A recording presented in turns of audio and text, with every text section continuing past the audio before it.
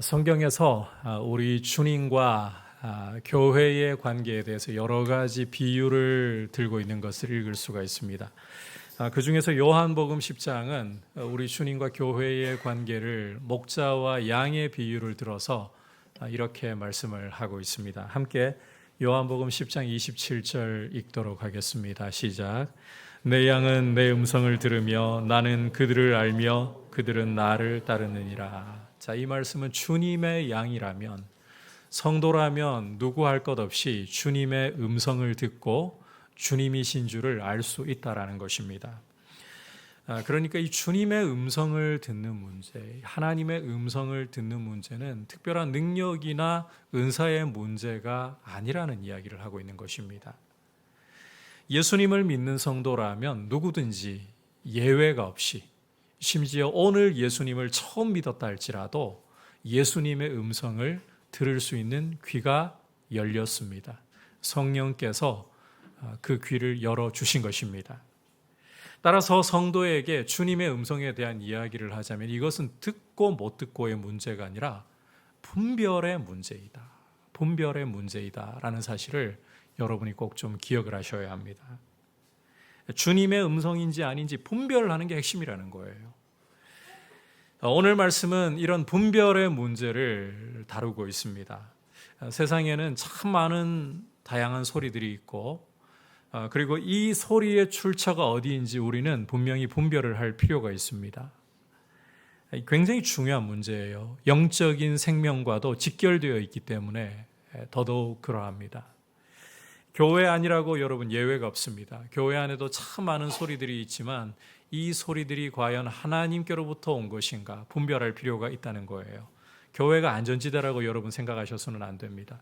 분별을 통해서 하나님께로부터 왔는가 우리가 시험하고 드러내어서 붙잡아야 되는 것입니다. 우리가 듣고 붙잡아야 할 음성은 바로 우리 주님의 음성입니다. 왜냐하면 우리 주님의 음성만이 영이고 생명이기 때문입니다. 오늘 이 점을 염두에 두시면서 이제 이 분별에 대해서 오늘 말씀이 우리에게 어떤 메시지를 주고 있는가 함께 귀를 기울여 보겠습니다. 자, 먼저는 영들을 분별하라, 영들을 시험하라 라는 것입니다. 함께 1절을 한 목소리로 보겠습니다. 시작. 사랑하는 자들아, 영을 다 믿지 말고 오직 영들이 하나님께 속하였나 분별하라. 많은 거짓 선지자가 세상에 나왔습니다. 자, 함께 읽은 말씀에서 요한은 주님의 피로 사신 교회가 분별해야 할 것을, 시험해야 할 것을 촉구하고 있습니다. 영들이 하나님께 속한 것인지를 분별하고 시험을 해야 한다는 것입니다. 자, 이렇게 해야 하는 이유는 영들을 다 무조건 믿을 수는 없기 때문인데, 그 이유가 많은 거짓 선지자가 세상에 나왔기 때문이다. 많은 거짓 선지자가 세상에 나왔기 때문이다.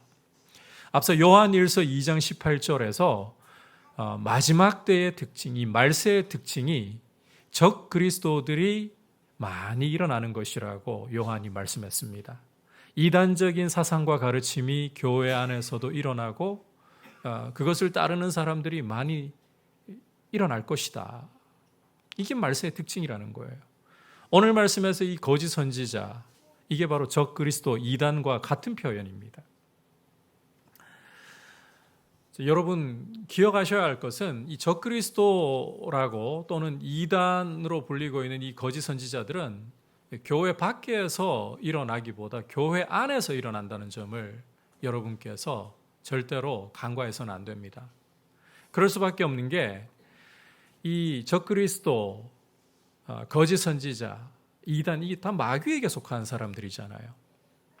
마귀의 목적은 하나님의 말씀을 왜곡하고 교회를 흔드는 데 있습니다. 따라서 이 교회 안에서부터 이런 거짓의 사람들을 일으키는 것이 마귀의 일이다.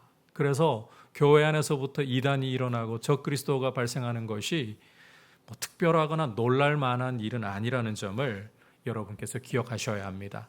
바로 이와 같은 일들이 있기 때문에 우리는 영들이 하나님께 속한 것인가, 그냥 영들을 다 믿지 말고 영들이 하나님께 속한 것인가 분별하고 시험을 해야 한다는 것입니다. 여러분 오늘 말씀은 1차적으로는 교회 안에 일어났던 이 요한의 편지를 받아보는 교회 안에 일어났던 영지주의 이단을 염두에 두고 쓴 말씀입니다. 영지주의 이단이 일어나서 영적인 지식을 가진 자신들이 특별한 사람인 것처럼, 신령한 사람인 것처럼, 진짜보다 더 진짜처럼 행세를 했단 말입니다. 여러분, 이렇게 교회 안에 있다고 해서 다 하나님의 자녀들만 있을 것이고 진리만 있을 것이라고 생각을 해서는 안 됩니다. 교회 안에도 마귀의 자녀들과 하나님의 자녀들이 알곡과 가라지가 함께 공존할 수 있습니다. 이전에도 말씀을 드렸지만 마태복음 13장 천국 비유를 통해서 우리 주님이 분명히 보여주셨잖아요. 밭에다가 좋은 씨를 뿌려 놓았지만 사람들이 잠을 자는 사이에 원수가 와가지고 가라지를 뿌려 놓았다. 이게 무슨 이야기입니까?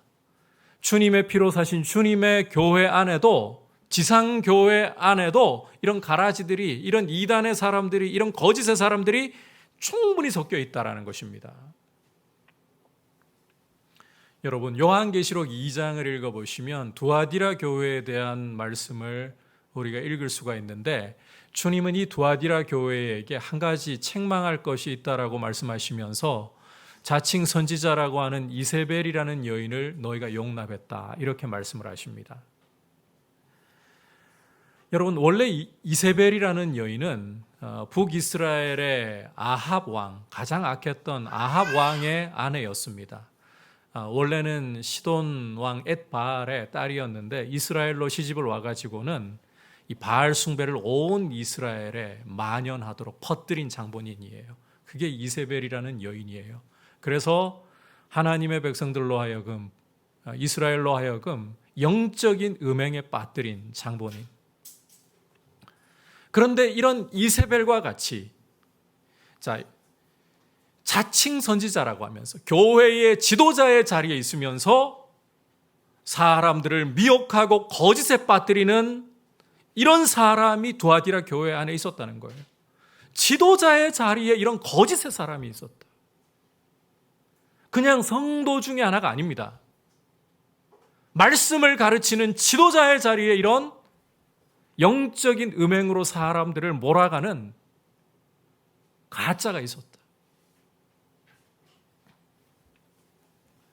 이런 예만 보더라도 여러분, 교회 안에는 얼마든지 거짓의 사람들이 파고들 수 있다는 거예요. 거짓의 가르침들이 일어날 수가 있다는 것입니다.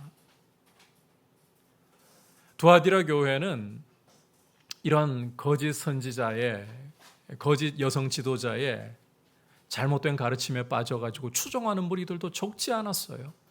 그만큼 마귀는 호락호락하지 않고 주님의 교회를 할 수 있으면 이렇게까지 흔들려고 한다. 따라서 여러분, 이 분별이라는 것이, 성도라면 이 분별이라는 것이 정말 중요하다. 시험에서 드러낼 줄 아는 것이 굉장히 중요하다라는 사실을 여러분 꼭 기억을 하셔야 합니다. 교회가 교회답게 진리 위에 굳게 서려면 분별할 줄 알아야 되는 거예요. 주님의 음성인지 이것이 마귀의 거짓말인지를 분별할 줄 알아야 되는 것입니다. 영들을 다 믿으려고 하지 말고 영들이 하나님께 속한 것인가를 시험할 수 있는 여러분들 되실 수 있기를 주님의 이름으로 축복합니다.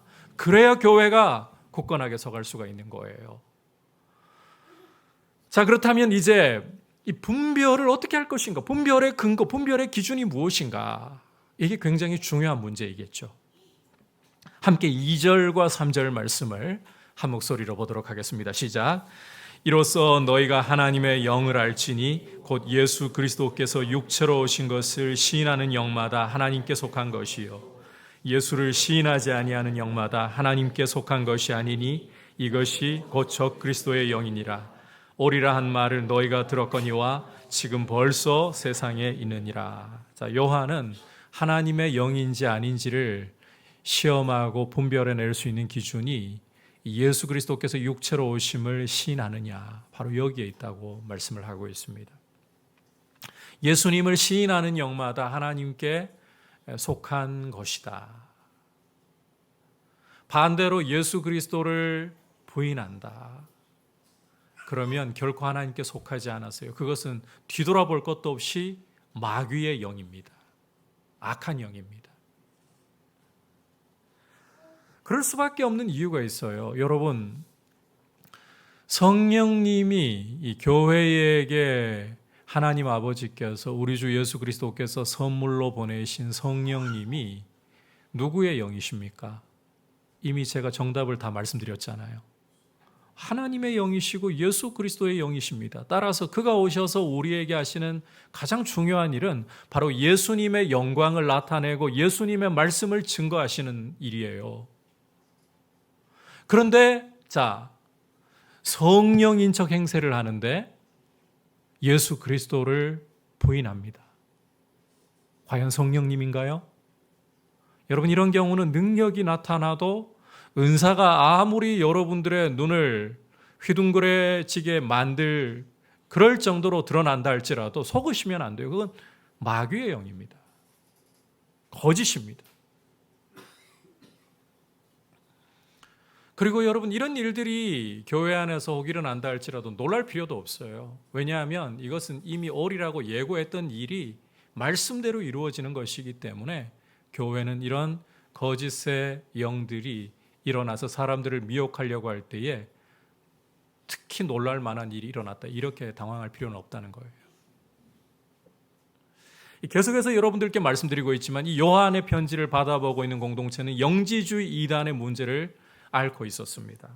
여러분, 이 영지주의 이단이라는 것은 물질적인 것은 악하고 영적인 것은 선하다고 주장하는 이단이었습니다. 따라서 어떻게 거룩하신 하나님의 아들이 이 육체를 입고 물질을 입고 악한 것을 입고 이 땅에 오실 수가 있겠느냐? 결코 그럴 수가 없다. 그래서 그들은 소위 가현설을 주장했습니다. 예수님이 실제로 육체를 입고 이 땅에 오신 것이 아니라 그렇게 보일 뿐이다. 가현설을 주장했어요. 근데 여러분, 이 가현설이라는 것이 교회를 정말 위험하게 만드는 거짓 가르침인 게, 이 가현설대로라면요, 우리의 구원은 무용지물이 되고 마는 것입니다. 예수님이 육체로 오셔가지고 우리의 죄를 그 몸으로 짊어지시고 십자가에 달려 그 보배로운 피를 흘려서 우리의 구원을 이루셨습니다. 여러분, 믿으십니까? 이게 구원이에요. 그런데 예수님이 육체로 오신 게 아니라 육체로 오신 것처럼 보일 뿐이다. 그러면 그분이 십자가에서 우리 죄를 짊어지시고 그 보배 피를 흘리신 것 완전히 부정이 되어버리는 거예요. 또 문제는 이런 주장을 펼치는 영지주의자들이 우리가 특별한 지식을, 영적인 지식을 가지고 있기 때문에 우리가 신령한 사람들이다. 그리고 우리는 아무리 죄에 노출되어도 죄가 우리를 오염시킬 수 없어. 어떤 경우라도 우리는 깨끗한 사람들이야.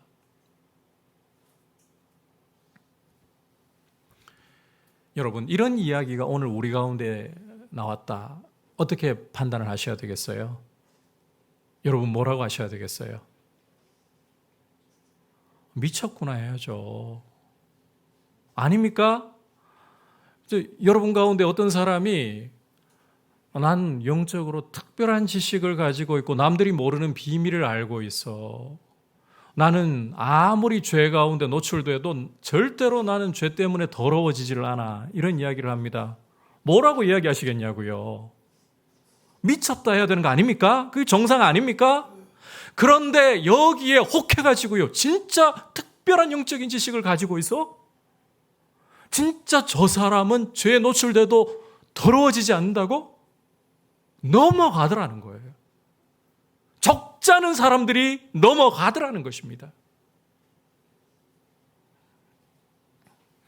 여러분 가운데 어떤 분들은 이 요한의 편지를 받아보는 교회가 정말 영적으로 미성숙한 그리스도인들이 너무 많았는가 보다. 어떻게 그런 황당무계한 소리에 넘어갈 수가 있느냐, 이런 생각을 하실지도 모르겠습니다. 그리고 여러분 가운데 성경에 대해서 조금 더 관심을 가지고 성경을 조금 더 알고 계시는 분이라면 이 당시는 그럴 수도 있겠다. 왜냐하면 아직까지 개개인이 오늘 우리처럼 성경을 가질 수 있는 시대도 아니고, 심지어 신약 성경이 아직까지 완성된 상황이 아니기 때문에, 그러니 충분히 분별할 근거가 없어가지고 이런 황당무계한 이단의 가르침에 넘어가는 거 아닌가? 이런 새빨간 거짓말에도 넘어가는 거 아닌가?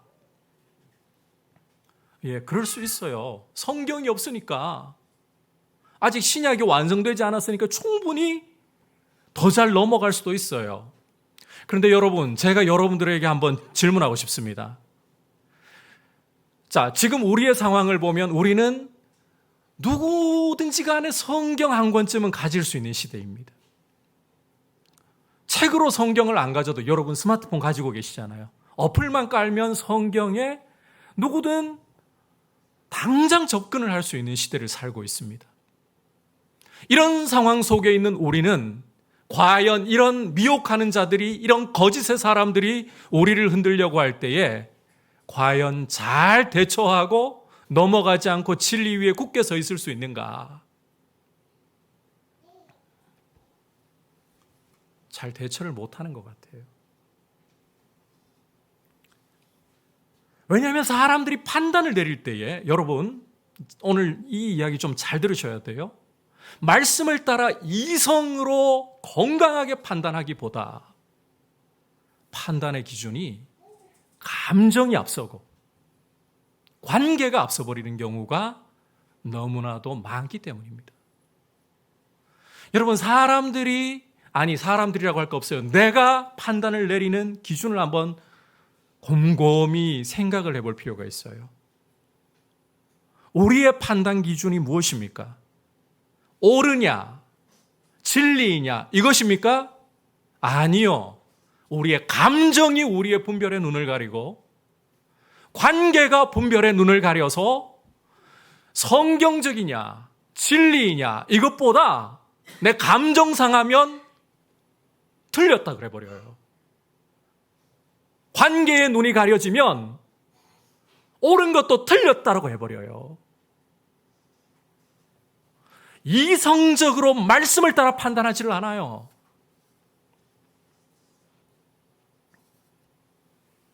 영적인 문제에 오면 진짜 이것은 심각해집니다. 신비주의의 늪에 빠지잖아요. 이성적 판단 안 해요. 여러분, 오늘 제가 이렇게 말씀을 전하면서 여러분들에게 이야기를 드리니까 난 특별한 지식을 가지고 있고 영적인 비밀을 알고 있어. 나 같은 사람은 말이야, 절대로 죄에 노출돼도 더럽혀지지 않아. 오염되지 않아. 그러니 미쳤구나, 이런 생각을 할 수 있는 것이지. 여러분, 교회 안에 이런 사람들이 일어나가지고 그 주장을 계속한다고 생각을 해보십시오. 거기에 나하고 친하던 사람이 넘어가서 그 주장을 따르는 일이 벌어진다고 생각을 해보십시오. 마음이 솔깃하는 거예요. 귀가 팔랑팔랑하기 시작하는 거예요. 미쳤구나가 아니라 그런가? 이렇게 바뀌어가는 거예요. 여러분, 이게 성경이 없어서 이런 문제가 발생합니까? 요즘에 나는 신이다, 맞죠? 제가 따로 보진 않아가지고 제목이 헷갈리긴 합니다만, 나는 신이다를 통해서 JMS 사태가 밖으로 많이 공개가 되었잖아요. 거기에 빠진 사람들, 여러분, 머리가 안 똑똑해서 빠졌습니까? 사회적으로 신분이나 지위가 없어가지고 너무 어려워가지고 잘해주니까 빠져든 겁니까? 아닙니다. 똑똑한 사람들 상당히 많습니다. 그런데 그런 어이없는 이단에 노출되어가지고 삶이 망가지는 일들을 경험했잖아요. 이 성경이 없어서 이런 게 아니에요. 기술이 획기적으로 발전해서 우리가 마음만 먹고 터치만 하면 성경에 접근할 수 있어도 이런 일들이 벌어지고 있단 말이에요. 성경을 생각보다 우리가 잘 모르고 있는 거죠. 가까이 하지 않는다는 거예요. 이게 일반 성도만의 문제가 아니라 우리 목회자들도 마찬가지로 이런 일들이 벌어지고 있어요. 분별을 제대로 못 하잖아요.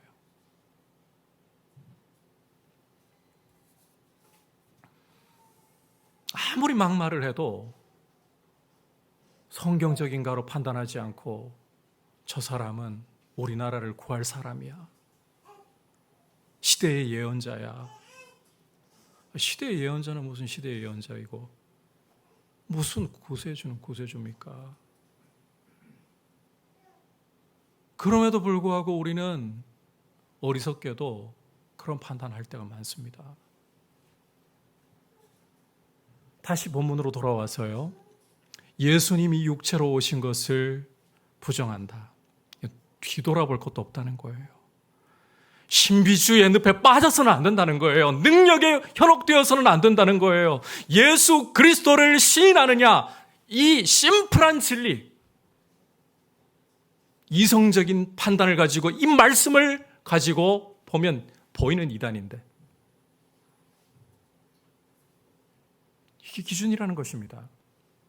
이걸 바꿔서 말하자면 요한은 복음을 따라 성경 말씀을 따라서 분별해야 된다, 이렇게 이야기를 하고 있어요. 함께 5절과 6절 말씀 한 목소리를 읽어보겠습니다. 시작. 그들은 세상에 속한 거로 세상에 속한 말을 하매 세상이 그들의 말을 듣느니라. 우리는 하나님께 속하였으니 하나님을 아는 자는 우리의 말을 듣고 하나님께 속하지 아니하는 자는 우리의 말을 듣지 아니하나니 진리의 영과 미혹의 영을 이로써 아느니라.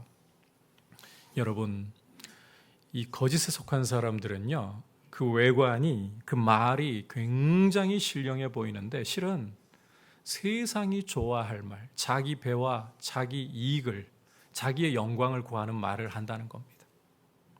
반면에 하나님께 속한 사람이라면 우리의 말을 듣고 따른다. 우리의 말. 자, 여기서 이 우리의 말이라는 것은 사도들이 증거하는 말씀, 다시 말해 복음을 가리키고 있습니다. 다시 말해 성경의 진리를 가리키고 있다는 거예요. 결국 복음을 듣고 하나님의 말씀을 따르느냐, 이게 정말 중요하고 하나님의 말씀이야말로 분별의 중요한 기준이 되어야 한다는 것입니다. 거듭 강조하지만 여러분, 관계나 감정이 분별의 기준이 되면 안 됩니다. 내가 좋아하는 사람이기 때문에 그 사람이 가는 것은 옳은 것이, 왜 옳아야 되는데요? 틀릴 수도 있는데. 관계가 기준이 되면 안 돼요. 내 감정이 북받쳐 오를 때에는 진리고, 강단에서 차마 더 이상은 못 쓰겠고, 그렇게 가면 안 된다는 거예요. 여러분, 복음으로 안경을 끼고서 하나님의 말씀으로 이성을 일깨워서 판단을 해야 되는 겁니다. 우리의 이 지성을 죄는 흐리게 만들고 탁하게 만듭니다. 그러나 하나님의 말씀은 우리의 지성을 제대로 깨워줍니다. 그래서 여러분, 이단을 분별하고 거짓의 사람들을 분별하고 교회 안에 있는 거짓말들을 드러내는 데 있어서 여러분들의 지능과 여러분들의 똑똑함으로 하는 게 아닙니다. 주님의 말씀 앞으로 가까이 하잖아요. 주님의 말씀 앞으로 가까이 가면 그 말씀이 우리에게 빛을 비추어서 우리가 우둔한 자라도 지혜롭게 만듭니다. 노인보다도 스승보다도 원수보다도 우리를 지혜롭게 하는 줄 믿습니다. 그래서 말씀으로 여러분들이 깨어 계셔야 되는 거예요.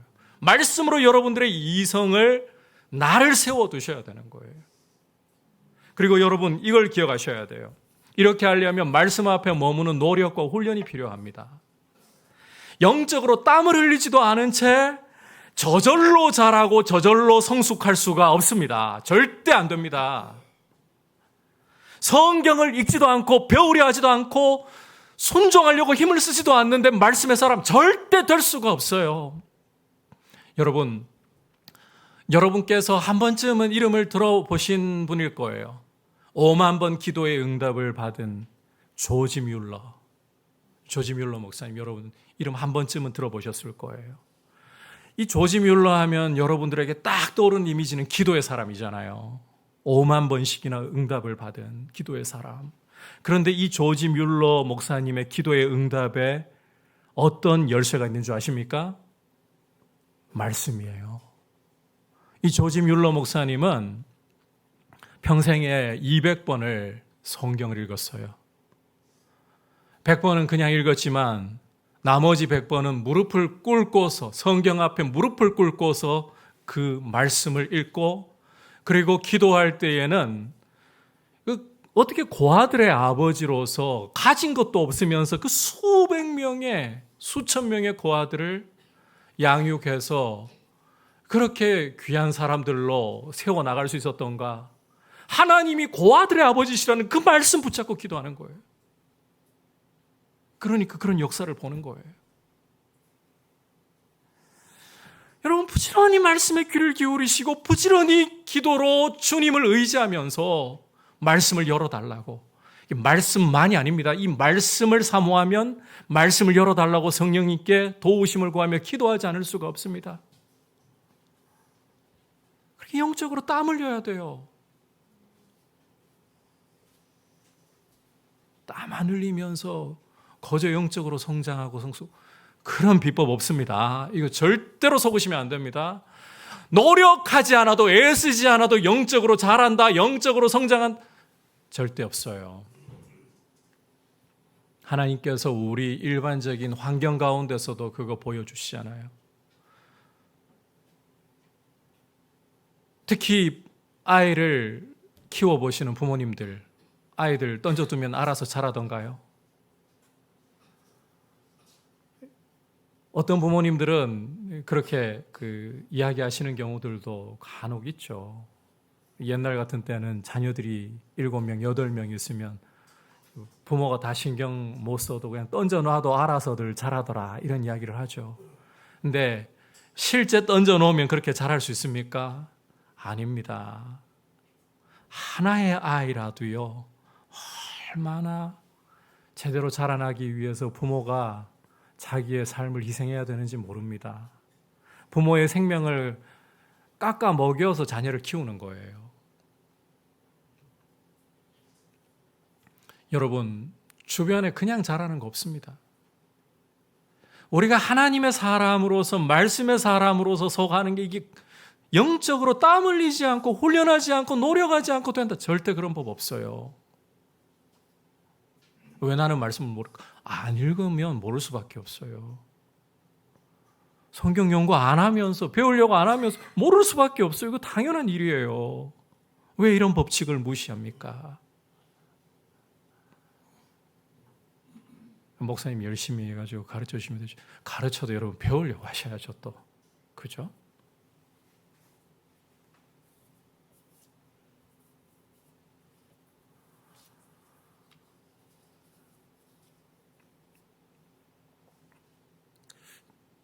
이런 이야기를 드려가지고 좀 죄송하지만 14년 이렇게 담임 목회를 하면서 지금까지 제가 이 목회 세월이 23년인데 설교가 쉬웠던 적이 한 번도 없는 것 같아요. 저의 최대의 고민이자 제 최대의 어려움은 항상 설교였습니다.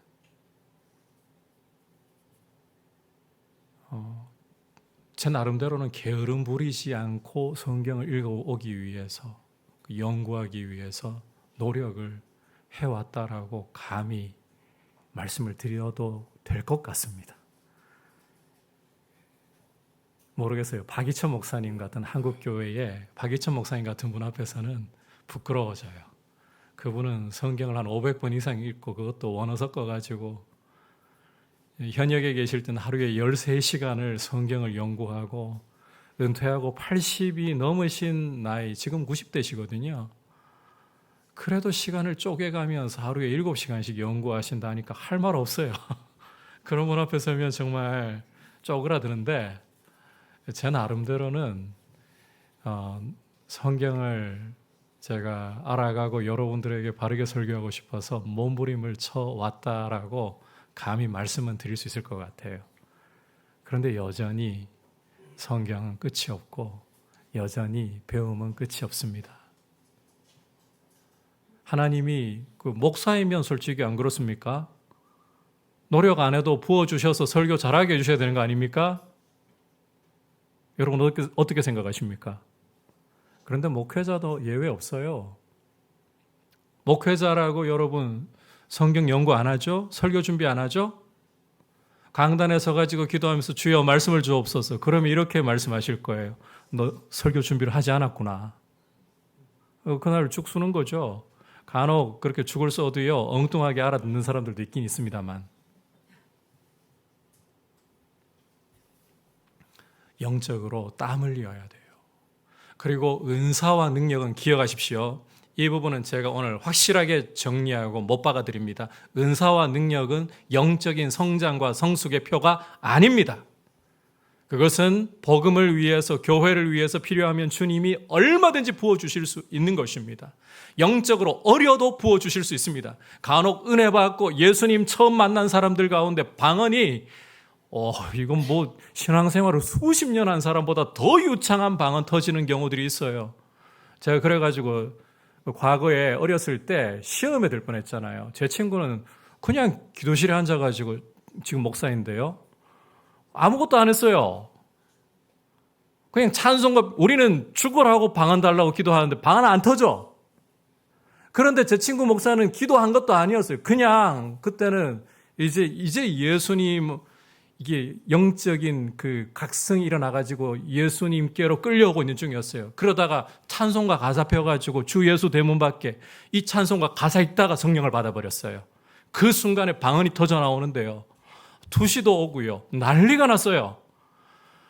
옆에서 붙들고 같이 우리가 성령 받으니까 이 친구가 몸이 감당을 못하는 정도로까지 그렇게 충만하게 받으니까 우리가 가서 막 주물러 주면서 기도했거든요. 그러면서 속으로 주님께 원망했어요. 주여, 진짜 죽으라고 지금 배가 당기도록 부르시면서 방언을 달라고 해도 방언을 근처에도 안 가고 있구만. 뭡니까 이게?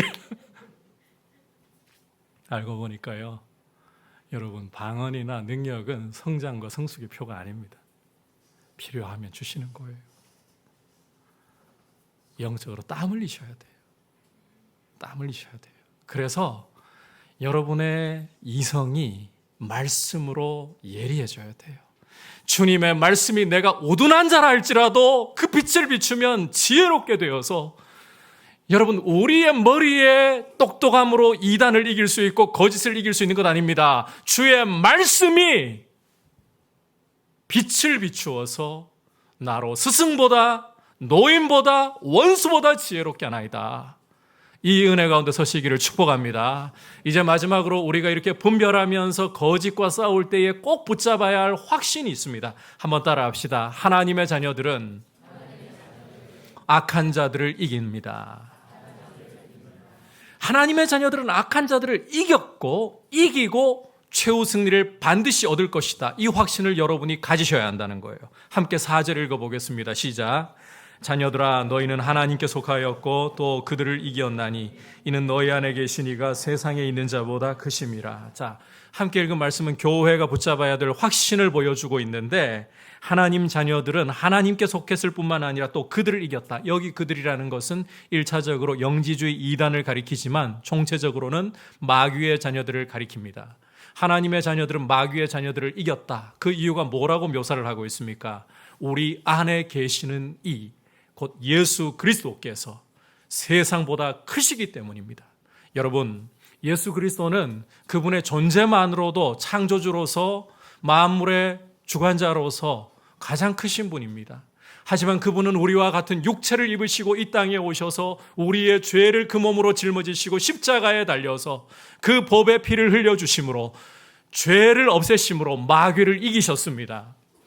마귀가 활동하고 마귀가 설쳐될 수 있는 주 무대는 바로 죄입니다. 죄가 없으면 마귀와 사망 권세는 힘을 발휘할 수가 없어요. 죄가 있는 곳에는 마귀가 설쳐요.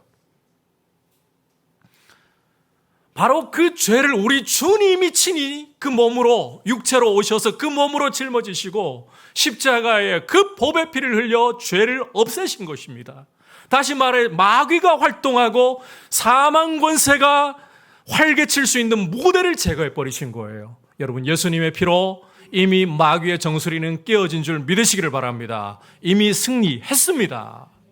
그분이 우리 안에 계시는 거예요. 그리고 우리가 그분 안에 거하는 거예요.